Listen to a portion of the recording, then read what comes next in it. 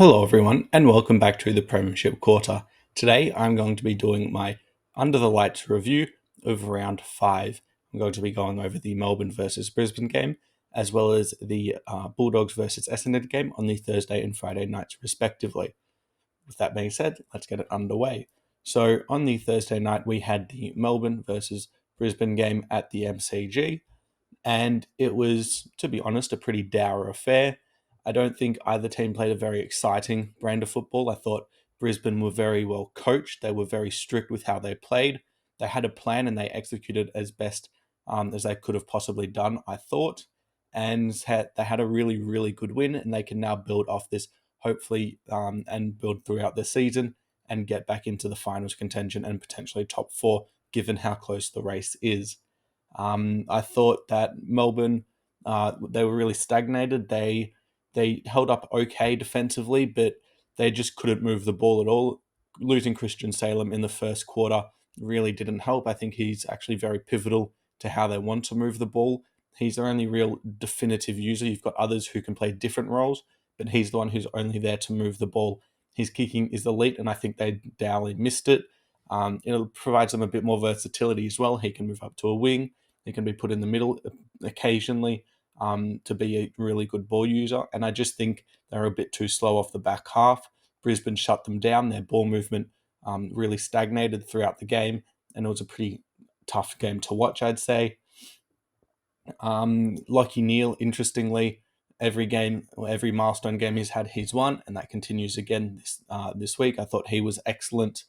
He had 24 touches, 18 of them were handballs, but I thought he was really in and under, and he was really good. He had 8 clearances as well. But I thought Brisbane's best player was clearly Josh Dunkley. He was excellent, and I think he really was the standout midfielder for them throughout the game. Dan Zorko took over that role from Coleman throughout the season. I thought he was also really good, 21 kicks out of 29 touches. And then up forward, Cameron kick 3 was very, very dangerous.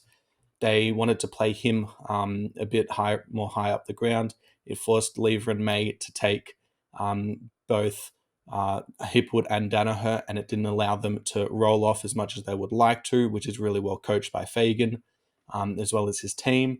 McCluggage kicked 2 as well, so being a really damaging midfielder, it's what they've missed, and it's really important that they're able to get that. And then Hipwood and Danaher kicked 2 as well, so it's a really good total team effort from the Lions. And then for the Demons, Frisch kicked 2. I thought he was okay, but relatively quiet throughout the game. Lever kicked 1, Gorn kicked 1, but outside of that, their forwards really, really struggled. Van Rooyen hasn't been able to start the season as he would have liked. Ben Brown has struggled as well. They haven't been able to have an aerial threat. And then in the midfield, they got pretty well beaten. Viney wasn't at his best. Oliver's really struggled. Supposedly at training, he hasn't even been able to pick up the ball. That's how bad his finger injury has been. So it's good that he's gone under the knife and had surgery. It's been difficult for them to find a cast or something to be able to help him pick the ball up without being too damaging or too loose and hurting his finger. Petrarca wasn't great. He had the chance to kick a couple goals, but missed them both, had 20 goals, 20 disposals and 2 behinds. But I just think that the way Brisbane held Petrarca was really, really impressive. They used their wingers. It was either Berry or Archie mainly as the two. A little bit of Fletcher as well, but they were really able to hold him because he does like to roam forward. And using the wingers as that defensive piece is really, really smart coaching from Fagan. And then outside of that, there wasn't really too much to talk about. There is the Ainsworth and Petty thing.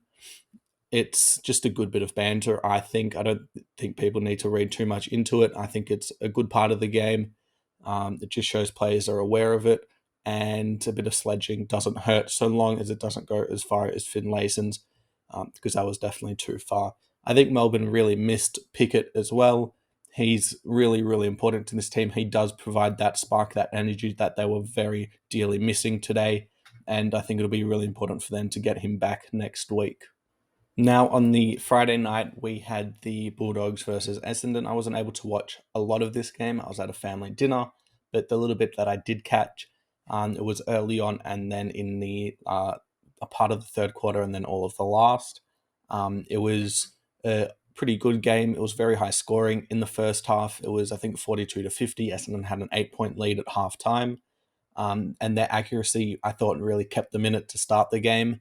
They kicked, I think it was 8 goals 2 for those 50 points, whereas the Bulldogs were 6 goals 6. So they had 3 more scoring shots, and I think they dominated the game a bit more. They were just not clinical in front of goals. Sam Darcy had an almost game, kicked 1 goal 3, and Ugle-Hagan as well kicked 3 goals 3. So it's a bit disappointing with that.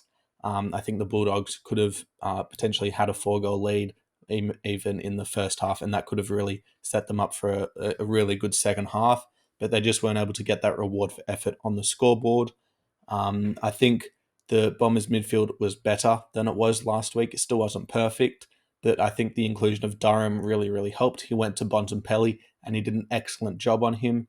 He limited him to 17 touches, which is quite below Bontempelli's standards, and I don't think he had the impact he would have liked.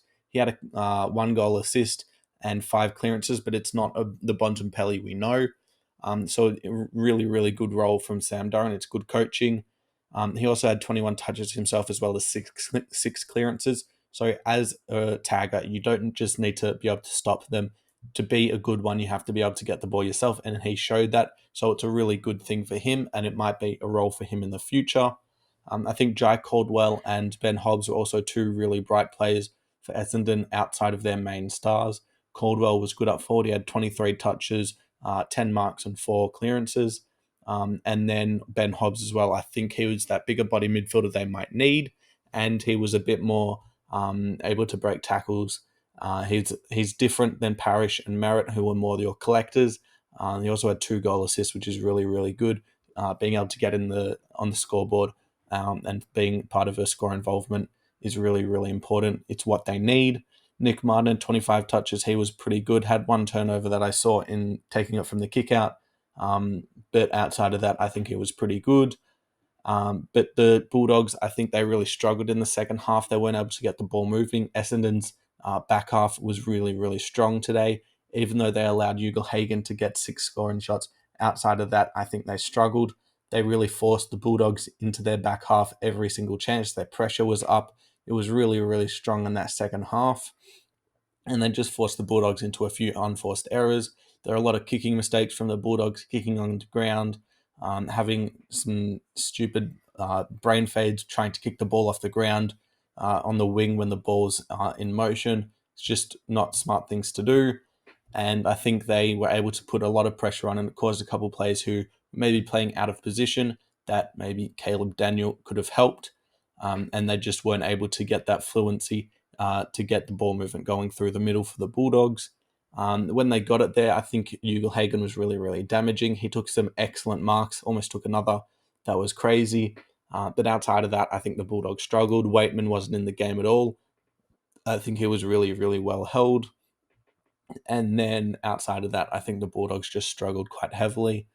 I think Goldstein and Draper did really well on English as well. Goldstein started the game really well, and then he sort of faded, but allowed Draper to have a bit more impact on English in the second half. They were able to exhaust him a little bit. And then Nick Martin also had almost 600 meters gained, and same with Mason Redman. He had 550. So they were able to get good ball movement off the back, and it's a really, really good win from Essendon. They were also able to get Xavier Dersma into the game. It's definitely his best game for Essendon, arguably the best for his career. He had 20 touches, 2 goals, 13 marks, and 4 tackles. It's a really, really good game. And I just think that he can be a really good piece for them in the future. He can lock that wing down, and it does allow Nick Martin to play a bit more halfback, which I didn't like at the start of the year, but is shown to be able to play it pretty well. So that's going to be my review. If you like the video, please hit the like button. It will really help push the video in the YouTube algorithm. If you like this kind of content, subscribe to the channel. There's going to be a lot more coming this way. Leave your thoughts on the 2 games in the comments below, and thanks for watching.